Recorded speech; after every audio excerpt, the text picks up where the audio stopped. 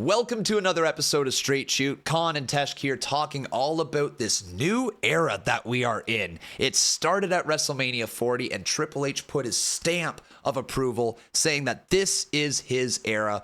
Welcome everybody to the Renaissance era. Teshk, how you doing, my man, today? What'd you think about this new era, this launch of it, all that stuff? Let's break it down. Honestly, man, like I have not been this excited for professional wrestling, and it's not just because of the era that we're going into. It is to see how mainstream pro wrestling is now coming out of WrestleMania. Everyone's talking about it. It's no hidden secret that I frequent my local establishment every now and again, and more people are talking, not just to me, but you hear them talking about it. It's on the TVs. Everyone's talking about pro wrestling. Everyone's talking about WWE. And that's what gets me excited, because I remember back in the day when I was a kid, everyone talked about WWE. Yep. They wanted to know what was going to happen on the Monday Night Wars. They wanted to know what was going to happen with Vince McMahon taking over WCW, all that kind of stuff. This era, Sorry, continue. No, this era is going to be a generational change, and it is going to move the needle, not just for professional wrestling, but for wrestlers moving into other areas. Mhm. We've seen the John Cenas, we've seen the Rocks, we've seen, some others like Seth Rollins try and make the jump. We've seen the Hulk Hogan's do it in the 80s, Andre do it in the 80s, but now we're going to see this be a big draw for the rest of Hollywood, being like, hey, what's going on over here? Well But we're said. also seeing the celebrities being like, hey, what's going on over in WWE? Because we want to be involved. Mhm. More celebrities, more teams are carrying around wrestling titles for victories. I know WWE trying to make that mainstream, but now it's evident.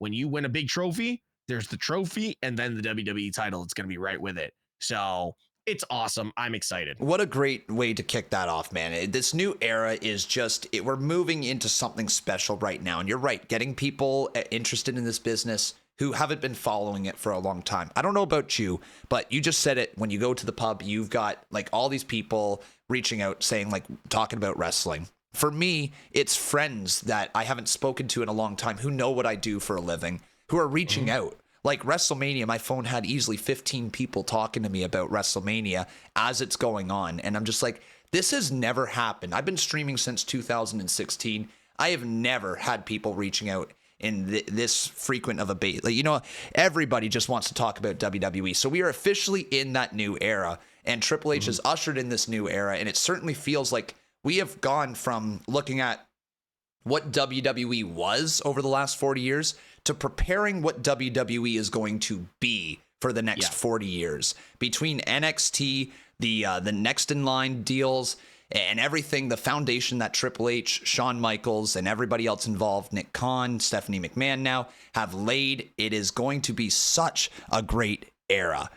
But, buddy, we've got something coming up, which is the draft. And this is where we're going to really, truly see where this new era kicks off. So when we look at the draft, we got some people who could possibly be called up from NXT who are going to be part of these next 20 years moving forward. And one of those individuals who have said goodbye to NXT is Braun Breaker. Now, Braun Breaker is like the epitome of what this next era is going to be. Somebody who is charismatic, can go in the ring, has a great look and a pedigree to them. That's Braun Breaker to a T. And I think that's just going to be a really cool thing to see these new superstars rise on up. Is there anybody else from NXT that has caught your eye, though?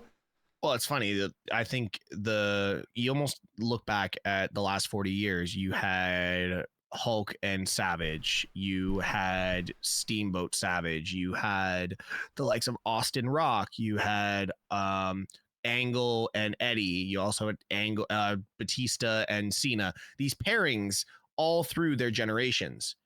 And the next generation, that pairing is Braun Breaker and Carmelo Hayes.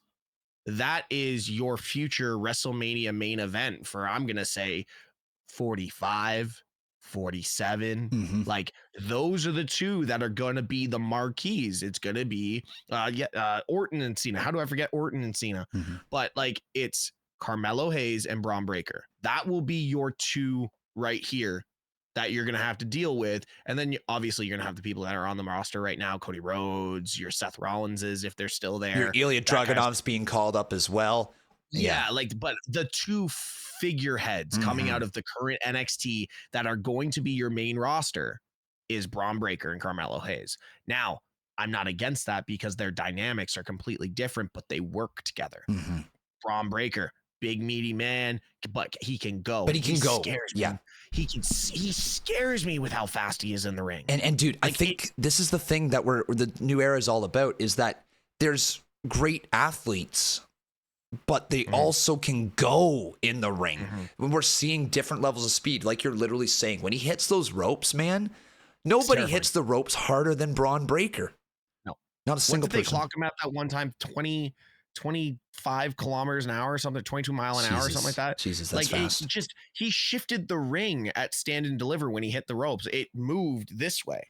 So that's crazy to me. And then you look at Carmelo Hayes, who's more of your style of Seth Rollins, your Shawn Michaels, that your Eddie Guerreros. He's got that type of movement in the ring, and he's kind of your high flyer, but he's clean. So out of everything in this new era, these are the two guys that you're going to have carrying the flags going into these later 40s WrestleMania numbers. But if we look at the main roster now, man, as well, like if you mix in Braun Breaker with Carmelo Hayes, then you throw in the Cody Rhodeses, the Gunthers, like everybody, the Roman Reigns still, the Solos, the Jimmys, the Jays, the roster that we have currently mixed in with like the wrestlers from previous generations of like Randy Orton.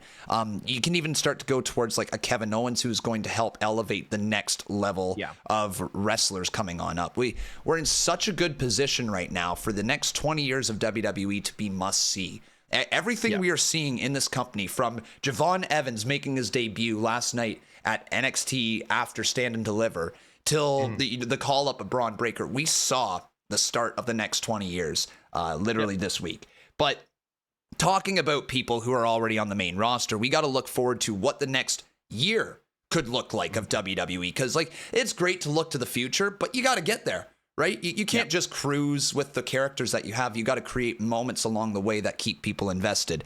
And for me, dude, I've got a bit of a theory here what the next year could look like. All right, so we saw Roman Reigns. Oh, whoa, don't want to throw my finger up right there. We saw Roman Reigns lose his Universal Undisputed WWE Championship, whatever the hell it's called, at WrestleMania to Cody Rhodes. And one of the greatest moments in WrestleMania history. I don't think anybody is going to argue that.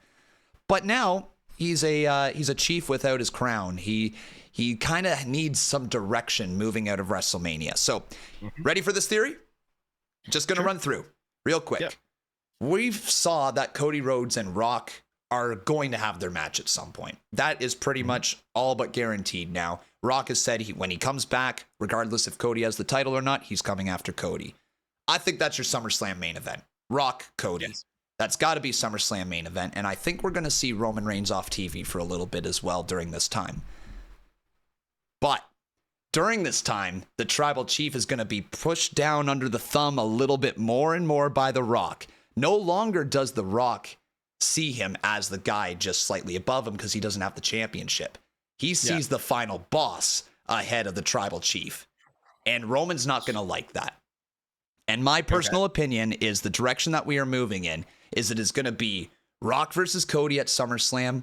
I think Roman begins his babyface turn by screwing Rock out of the championship at SummerSlam. That goes into War Games, where we are then going to have split bloodlines again. True bloodline civil war with some of the new people we've heard coming in. Jacob Fatu, Tama Tonga potentially, maybe some other angry Samoans coming on in. That could be the thing, and they have to pick their side because we have Solo, we have Jimmy, we have Roman, we have Rock, we have all those names that I just mentioned, and that is going to be the true bloodline civil war, and that's your War Games match. That's your War Games match this year. Then we go into Roman's story. I think Roman wins the War Games match against Rock. I think that is his big moment where he's as a babyface, he stands tall, and he's like, oh my God, now I need to get back the thing that I lost, my Undisputed Championship. And how does he do that? Royal Rumble. All the way until Rock gets his comeuppance back on Roman Reigns. Did I use the word right? I'm not sure if I did. but gets it back there on Roman Reigns. And that sets up our WrestleMania 41 matchup that everybody thought was going to go down at WrestleMania 40 because they weren't pivoting for a minute. And we finally get Roman versus Rock. That's where I think we're going. I don't know if we're going to, but that's my guess here for the next year. You wrote that story well. I'm not going to disagree. We could actually see another signing of Lance Anoa'i as well. That's true. Come in. Would be an incredible signing for WWE for especially this run. I like it. I like what you've put down and what you put together. I'm going to go on to the other side of the new era, and I'm going to go with Cody Rhodes. Okay. And how I envision Cody Rhodes. Guys, I guarantee we're gonna see some stuff in the comments of this video of, oh, we're gonna sign Zilla Fatu. WWE's gonna sign Zilla Fatu. I promise you right now, Zilla Fatu is not getting signed for at least another 18 months in WWE. I will guarantee that. So just gonna put that out there right now so we can save people in the comments. But I'm gonna go with the Cody Rhodes era and this undisputed championship. And I sat back after Monday Night Raw and everything that they did with Cody. And I hate to say this, guys, the way they're pushing Cody reminds me of how they pushed Cena when he first came in. Here's the thing. I like how they're pushing Cody, but Cody is going to be your baby face of baby faces. Even when he goes heel, he's still going to be that kind of tweener baby face, which works for Cody Rhodes and the character that he has developed. I do not see Cody Rhodes having his first undisputed title run go all the way to WrestleMania 41. I see that, okay, there is long championships. There are people have been holding them for a long time.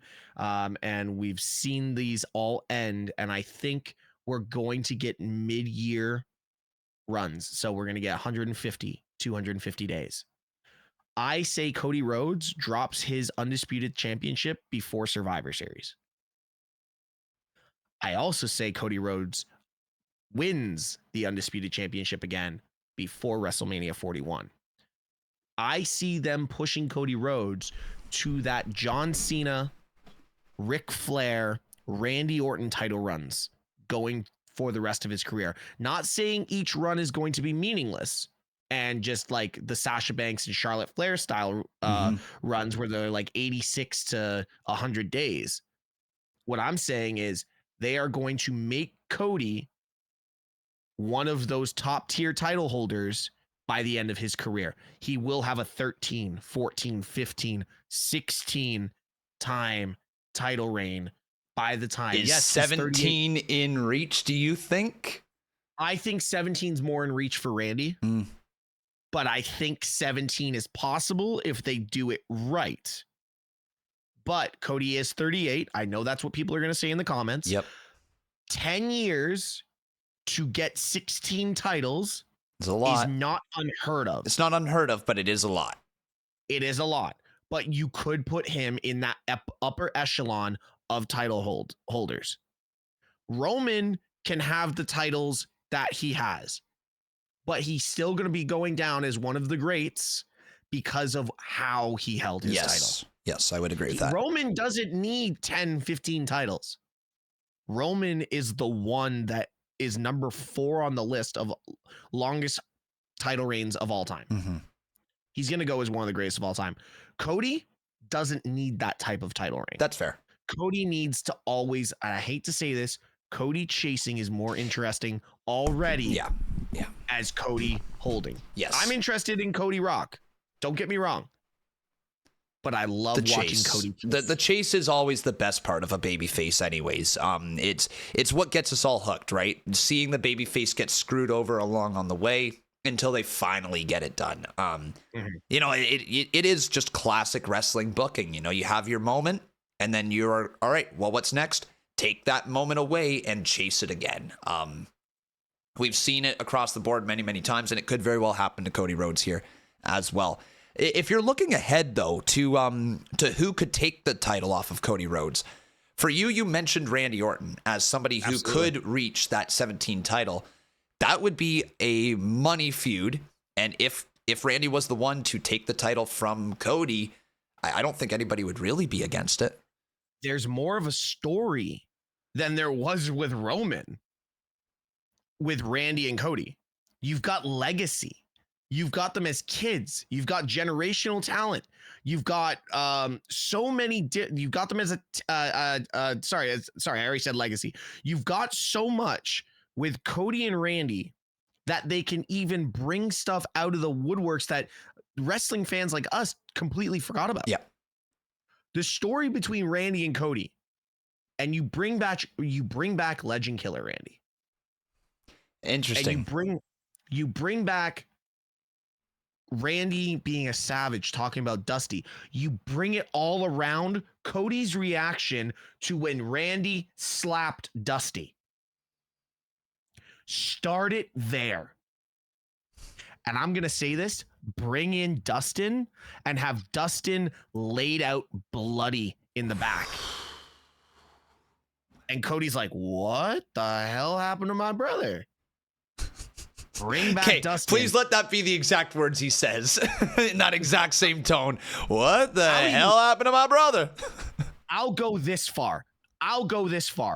Bring Brandy Rhodes in as some form of character and have her get RKO'd out of nowhere. Set Cody on a rampage to where he's not thinking clearly, and that's how he loses the title. Yeah. Have Randy RKO Brandy out of nowhere. Okay. I'm going to go one step further with you as well. Do you remember the Christian and Randy feud? Yep. Yes? All right. Remember how Christian won the world title from Randy Orton? Mm-hmm. Yeah. Christian pissed off Randy Orton so bad that Randy got disqualified, and the stipulation of the match was if Randy got DQ'd, he would lose the title. There it is. Like, you could literally do that, and Randy just continues to just poke further and further at Cody throughout the match. The mind games. Oh, dude. Yeah, that will work. Let me just go completely off the script. We already saw Mama Rhodes. We already saw his stepdad. You know what? Punt the stepdad and have Randy break into Mama Rhodes' house. Oh man, dude, this could get so personal. Oh my God, that could be actually generational. Just leave Pharaoh alone and leave the baby alone, but the rest is fair game. Oh my God, you could even go, like, how psychotic do we want to make Randy? Because, like, imagine the creepiness. Imagine the creepiness if he went back to, like, that level. If he was like, he broke into their house and he's next to their baby. Well, no, that's stealing from AEW. But still, it works. I know it works.